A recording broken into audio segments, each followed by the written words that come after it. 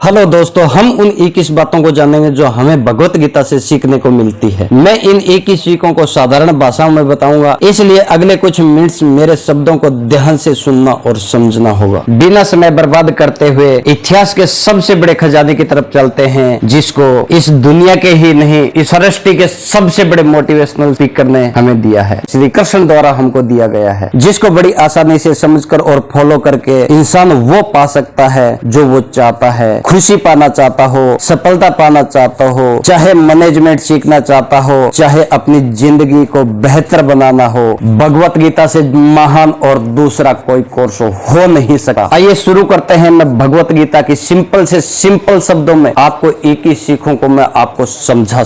सीख नंबर 1, आप किसी भी कंडीशन में कर्म किए बिना और उसका फल पाए बिना नहीं रह सकते। ऐसा हो ही नहीं सकता कि इंसान एक सेकंड के लिए कर्म किए बिना रह सके। ऐसा हो ही नहीं सकता कि इस सृष्टि का एक कण एक सेकंड के लिए भी बिना कर्म किए कोई रह सके। कर्म करना हमारे जीवन का अभिन्न हिस्सा है। अगर हम सोते भी है ना, तो हमारा दिमाग नहीं सोता। हम सपने देखते हैं, सांस लेते हैं, शरीर में करोड़ों सूक्ष्म कण अपने अपने काम में लगे रहते हैं। हम कर्म करने से कभी नहीं बच सकते और ऊपर से भगवान कहते हैं कि हमें किसी कर्म में बंद कर नहीं रहना चाहिए। इस बात से आप हो गए ना कंफ्यूज। हमें किसी कर्म में बंद के नहीं रहना चाहिए, बल्कि हम जो भी करें वो करने वाला मैं नहीं, करने वाला वो भगवान है। मैं तो एक कारण मात्र हूँ। इस काम को मैं नहीं कर सकता, बल्कि ये काम मेरे द्वारा हो रहा है, मेरे द्वारा कराया जा रहा है। और हमारी सोच इस लेवल की होती है तो हमें कभी कोई दुख नहीं मिलेगा, हमें पश्चाताप नहीं होगा और हमें घमंड भी नहीं होगा। सीख नंबर 2, दूसरों के गुलाम रहकर खुश रहने के बजाय आजाद होकर खुद के दुखों का सामना किया जाना चाहिए। भले ही तुम्हारी जिंदगी में कितने ही कष्ट हो, लेकिन आप आजाद हो ना, तो वास्तविक मनुष्य हो। श्री भगवत गीता में गुलामी को मौत से भी बुरा बताया गया है। इंसान किस किस का गुलाम होता है? वो अपने दिमाग का, अपने विचारों का, स्मार्टफोन का। आज के जमाने में स्मार्टफोन की भी गुलामी बढ़ती जा रही है। बीड़ी पीने वाले बीड़ी के गुलाम, दारू पीने वाले दारू के गुलाम। जब तक इंसान सेल्फ रिस्पेक्ट बनाकर काम करता है, तब तक वो आजाद होता है। सीख नंबर 3,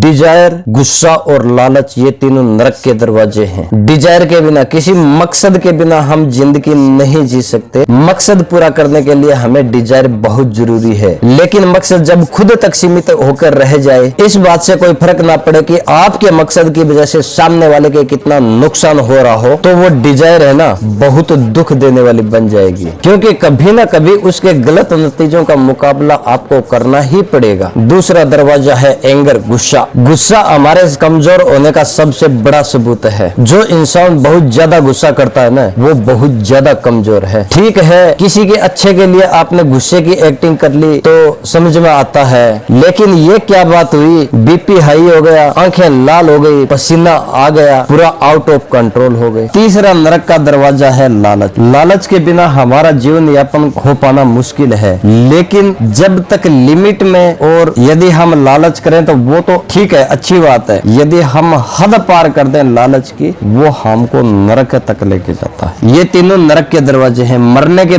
बाद नरक की बात नहीं कर रहा हूँ। नरक समान जिंदगी जीना मरकर ही नरक जाने से भी बुरी बात है। सीख नंबर 5, इंसान जब पैदा होता है तो खाली हाथ आता है, और जब मरता है तो वो खाली हाथ ही जाता है। इंसान अपने साथ कुछ नहीं ले जा पाता है। जो कुछ भी यहाँ आने के बाद इंसान को मिलता है, जो इंसान कमाता है, वो सब कुछ यहीं रह जाता है। इंसान को यहाँ आने के बाद जो मिला, वो यहाँ आने से पहले किसी दूसरे का था, और यहाँ से जब इंसान चला जाता है, वो यहाँ से जाने के बाद जो उसने जो कमाया है, वो किसी दूसरे का हो जाता है। जो पैसा आपके पास है, आपकी जो पोजीशन है, आपके जाने के बाद वो पैसा किसी दूसरे का हो जाएगा। आपकी जो पोजीशन है वो किसी और की हो जाएगी। यही सृष्टि का नियम है। अगर बदलाव सृष्टि का नियम है, तो कोई तो ऐसी चीज जरूर होगी जो आपके जाने के बाद भी रहेगी। वो है इंसानियत। सबसे पहले एक अच्छा इंसान बनिए। हमारी आत्मा कभी गलत नहीं हो सकती। हम शारीरिक सुखों के लिए गलत कामों में लग जाते हैं और उसका नतीजा भी गलत ही होता है। खैर छोड़िए, आज जो हमारे पास जो कुछ भी है, चाहे हमारा प्यार हो, हमारा रिश्ता हो, पैसा हो, नाम हो, वो हमारा एक ना एक दिन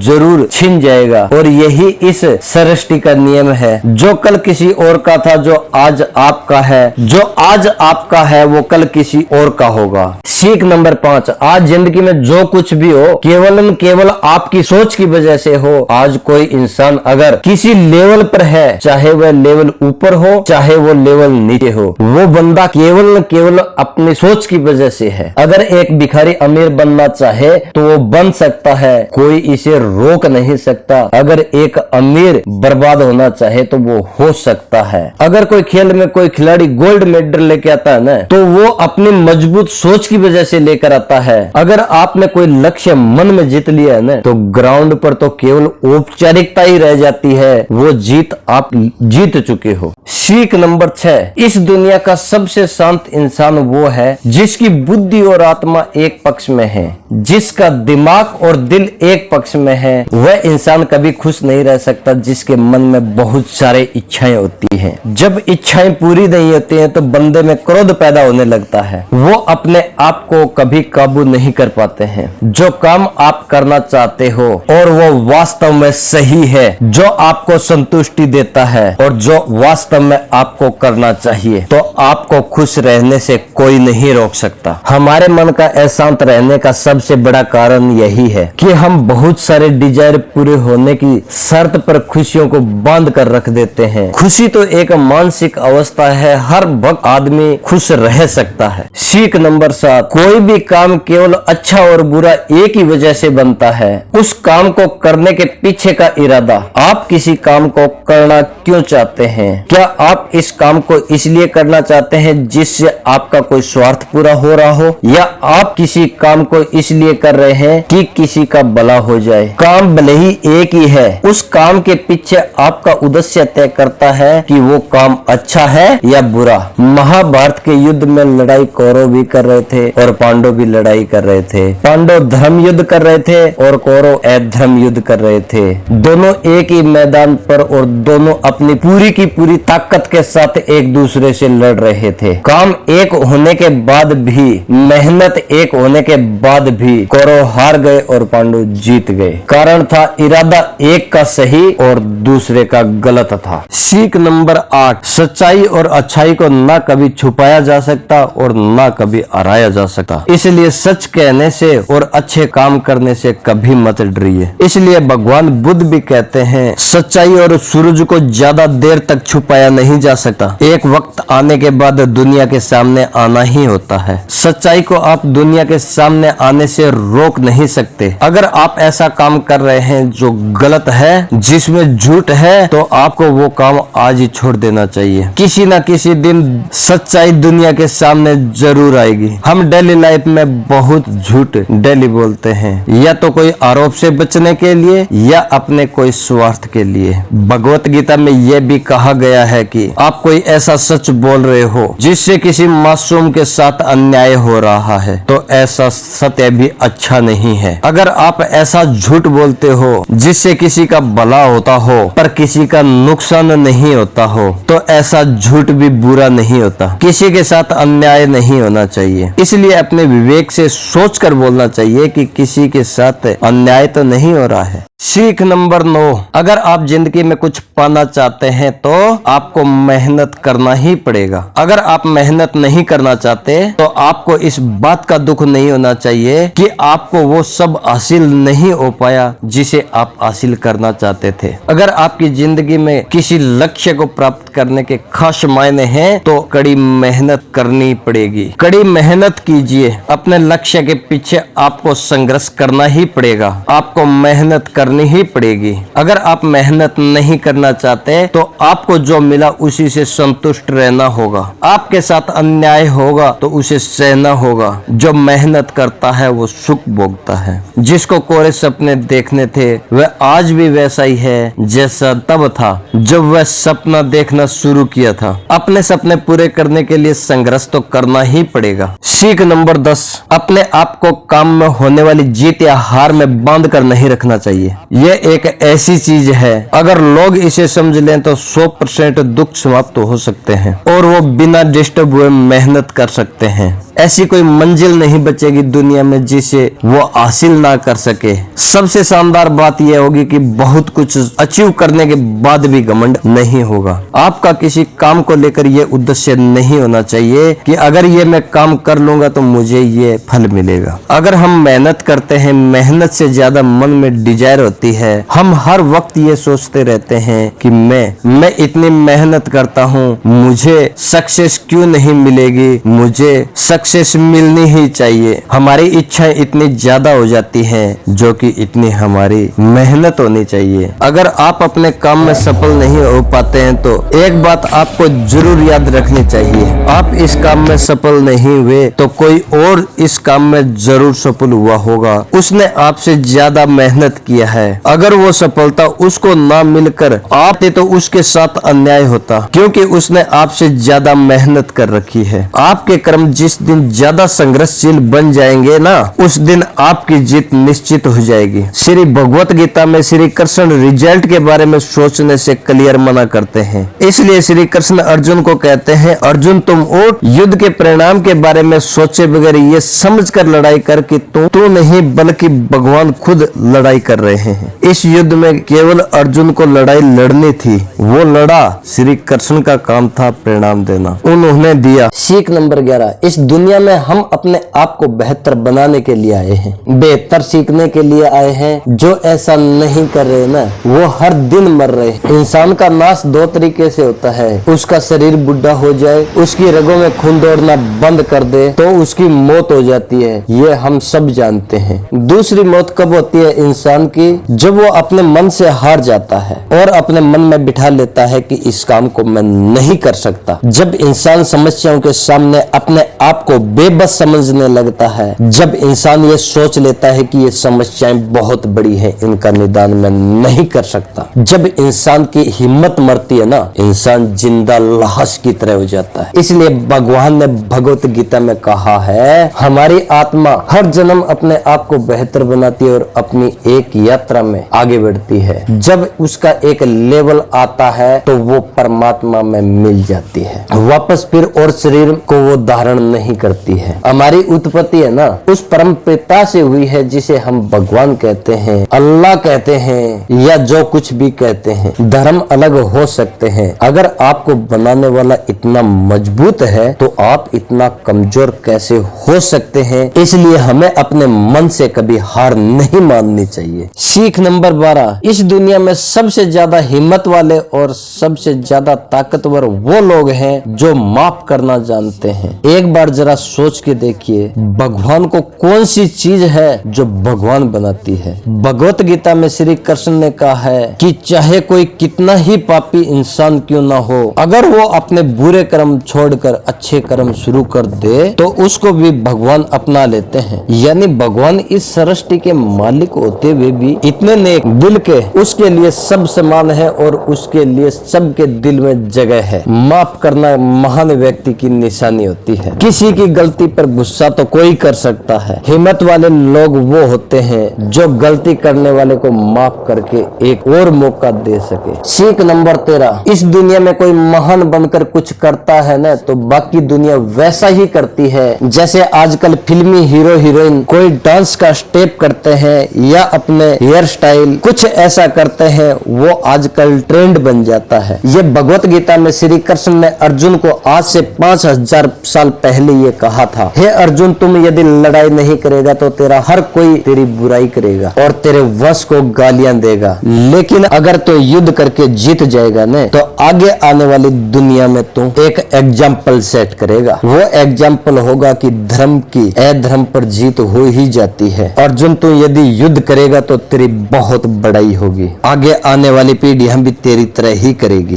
भगवान श्री कृष्ण के वाक्य में एक और अर्थ छिपा हुआ है। अगर आज आपकी जिंदगी ऐसे लेवल पर है जिस लेवल पर एक सामान्य इंसान के लिए जाना इतना आसान नहीं होता, तो आपको दुनिया के लिए ऐसे एग्जाम्पल सेट करने चाहिए जिससे लोगों के लिए सीख पैदा हो। सीख नंबर 14, आपकी जिंदगी तभी बदल सकती है जब आप सोचने का तरीका बदलेंगे। जब आप एक अलग तरीके से सोचेंगे, अलग तरीके से उन सब चीजों को देखते हैं जो आज सबके पास में है। आपका अलग देखना और अलग सोचने का तरीका आपको दुनिया से अलग बना सकता है। हम सब अपनी लाइफ में बहुत कुछ करना चाहते हैं। हम सब सपने देखते हैं कि मेरे पास करोड़ों रुपए हो, मेरे पास शानदार सी बड़ी सी कार हो, मेरे पास प्रॉफिट वाले बिजनेस होने चाहिए। ऐसा सोचना अच्छी बात है, ऐसा सोचिए, सोचने का हक है आपका। एक अच्छी कल्पना कर सकते हैं। यह एक बहुत बड़ा सबूत है इस बात का कि आप अभी जिंदा हो और आप अपनी जिंदगी जी रहे हो। आपको अपने बड़े बड़े सपनों के साथ में सोचने का तरीका भी बदलना पड़ेगा। आप उसको हासिल करना है, आपको हासिल करना है जिनको आज तक आप हासिल नहीं कर पाए हो। तो आपको कुछ ऐसा करना पड़ेगा जो आज तक आप नहीं कर पाए हो। वही सोचते रहोगे, वही करते रहोगे जो आप आज तक करते आए हो, तो आपको इस बार भी वही मिलेगा जो आज तक आपको मिलता आया है। शब्दों में मत फिसलिए, भावनाओं को समझने की कोशिश कीजिए। अलग पाने के लिए अलग कुछ करना पड़ेगा। आपका सोचने का अलग नजरिया, आपको अपनी परिस्थितियों को अलग समझने का नजरिया और अपने काम को करने का एक अलग यूनिक तरीका ही आपको एक अलग यूनिक और महान इंसान बना सकता है। सीख नंबर 15, हमको लगता है कि मन को गुलाम बनाना मुश्किल है, लेकिन भगवत गीता में श्री कृष्ण कहते हैं कि इस दुनिया में ऐसा कुछ भी असंभव नहीं है। हम अपने दिमाग को, अपने विचारों को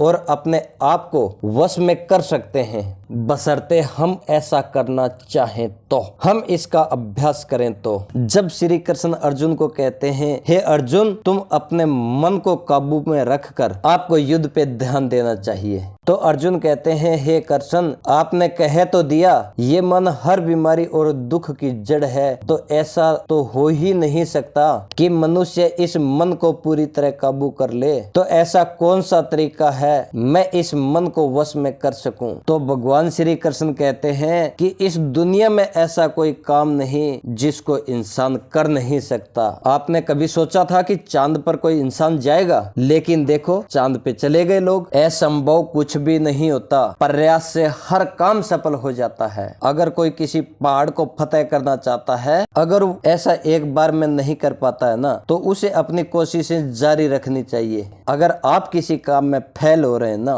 अगर आप उसमें पास होना चाहते हैं, तो आपको लगन बढ़ानी पड़ेगी। किसी महान इंसान ने कहा था, अगर मुझे इस पहाड़ पर चढ़ना है ना, तो चढ़ना है, चाहे मुझे 100 बार प्रैक्टिस करनी पड़े, 1000 बार चांस लेना पड़े, आपको चढ़ना है तो चढ़ना है। आप प्रैक्टिस करोगे ना, मन का जो ये पहाड़ है ना, उसे चूर चूर कर दोगे। श्री कृष्ण कहते हैं कि अभ्यास से सब संभव है, चाहे वह कोई भी काम हो या मन को काबू करना हो। सीख नंबर 16, इस दुनिया में वह चीज जिसकी शुरुआत होती है उसका कभी न कभी अंत जरूर होता है। किसी चीज का अंत होता है, ठीक वहीं पर किसी एक नई चीज की शुरुआत जरूर होती है। ये चक्कर कई अनंत सदियों से चलता आ रहा है और आगे भी चलता रहेगा। जब तक ये सृष्टि रहेगी तब तक ऐसा ही चलता रहेगा। चक्कर ही ऐसी चीज है जो कभी खत्म नहीं होता। आज आप खुश हो, कल थोड़ा ठीक रहेगा, उसके बाद दुख आपको मिलना शुरू हो जाएगा। 3 दिन बाद आप पूरी तरह से दुखी हो जाओगे। फिर कहीं से उम्मीद की किरण आएगी और आपके पास में, और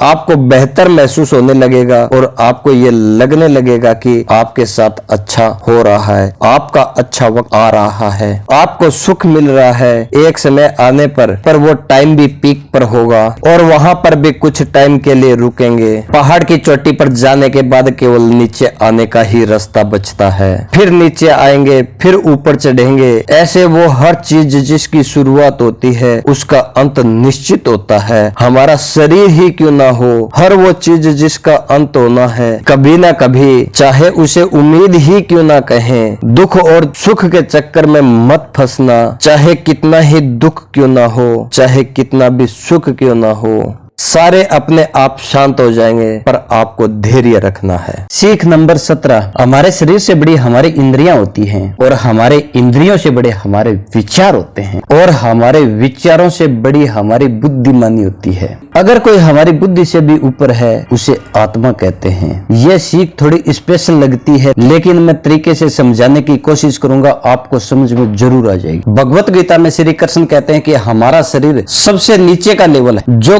केवल अपने शरीर और उसके सुखों के बारे में सोचे उसका लेवल सबसे नीचा रहता है। इससे ऊपर उठकर कोई इंसान यदि अपने विचारों में जीता है कि वहां से चांस होते हैं कि वो कुछ ऐसा सोचे उससे उसकी जिंदगी पूरी तरह बदल जाए। जो व्यक्ति अपने विचारों से ऊपर उठकर अपने थॉट्स, अपने डिजायर्स और अपनी बॉडी, इन तीनों को कंट्रोल कर सकता है, जो स्पिरिचुअल लेवल कहा जाता है। श्री कृष्ण कहते हैं कि कर्म को कर लीजिए, ये मत सोचिए कि मैं कर रहा हूँ, ये सोचिए कि भगवान कर रहा है। अगर आप इस लेवल पर सोचेंगे तो आप इंटेलिजेंस के लेवल से भी ऊपर चले जाते हैं। सीख नंबर 18, खुश रहना और दुखी रहना आपकी खुद की मानसिक अवस्था है। इसका बाहरी दुनिया से कोई लेना देना नहीं है। खुशी और दुख, मान लो ये दो कुएं हैं, आप कौन से कुएं में रहना चाहते हो? अगर आप खुशी वाले कुएं में हो ना, तो कोई आपको वहां से निकाल नहीं सकता। चाहे कोई कितना ही आपको दुखी करना चाहे, वो आपको दुखी कर नहीं सकता। यह आप पर निर्भर करता है कि आप खुशी वाले कुएं से बाहर निकलना चाहते हैं या नहीं। सेम आप दुख वाले कुएं में नीची गर्दन करके बैठे हैं, आप मान रहे हैं कि आप तो दुखी रहेंगे, तो आपको कोई खुश कर नहीं सकता। तो इस दुनिया का सबसे बड़ा मोटिवेशनल स्पीकर भी आपको खुशी नहीं दे सकता। दुखी रहना है आपकी चॉइस है, जैसा रहना चाहते हो आप, वो आपकी मर्जी है। सीख नंबर 19, इस दुनिया में हमारा सबसे बड़ा शत्रु हमारा मन है। अगर हम अपने मन को बस में नहीं कर पाते हैं तो एक बात जरा सोचिए, हर इंसान मेहनत क्यों नहीं कर पाता है? हर इंसान खुश क्यों नहीं रह पाता है? हर इंसान सक्सेस क्यों नहीं हो पाता है? क्योंकि हर कोई अपने मन को काबू नहीं कर पाता है। मन हमारा सबसे बड़ा शत्रु है। मन यदि हमारी काबू से बाहर निकल जाए तो ये एक ऐसा पक्षी है, इसको पकड़ने में अच्छों को पसीना निकल जाता है। अगर हम चाहें तो हमारे मन को हमारे सबसे बड़े मित्र के रूप में भी बदल सकते हैं। हम अपने मन को काबू करके उन सब कामों को बहुत अच्छे ढंग से कर सकते हैं जिसको करने में हमें मजा नहीं आता, लेकिन वो हमारे लिए जरूरी होते हैं। मैं बात कर रहा हूँ सेल्फ डिसिप्लिन में रहकर इस दुनिया में हर काम में सफलता पाने की पूरी संभावना है, यदि हम मन के ऊपर काबू रख के एक काम को लगन के साथ करें तो। सीख नंबर 20, हमारे किए गए कर्मों का फल हमें भुगतना पड़ता है। हमारा उद्देश्य ये होना चाहिए कि हम हमारे जीवन में काम करते रहें। हम जो आज काम करते हैं ना, वो एक पेज की तरह होता है। हम जो कर्म करते हैं वो पनपता जरूर है, ये डिपेंड करता है कि वो पेज कैसा है। हमारे कर्मों का धीरे धीरे पेड़ जरूर बड़ा होता है। नाम से कोई इंसान अच्छा या बुरा नहीं हो सकता, बल्कि उसके काम से अच्छा या बुरा होता है। उसके कर्म ही उसे अच्छा या बुरा बनाते हैं, क्योंकि इंसान की पहचान उसके नाम से ज्यादा उसके काम से होती है। इंसान को हमेशा बड़े काम करने चाहिए। सीख नंबर 21, समय कभी रुकता नहीं। आज यदि बुरा चल रहा है ना, तो कल अच्छा भी आएगा। आप केवल निस्वार्थ भाव से कर्म कीजिए और वही आपके हाथ में है।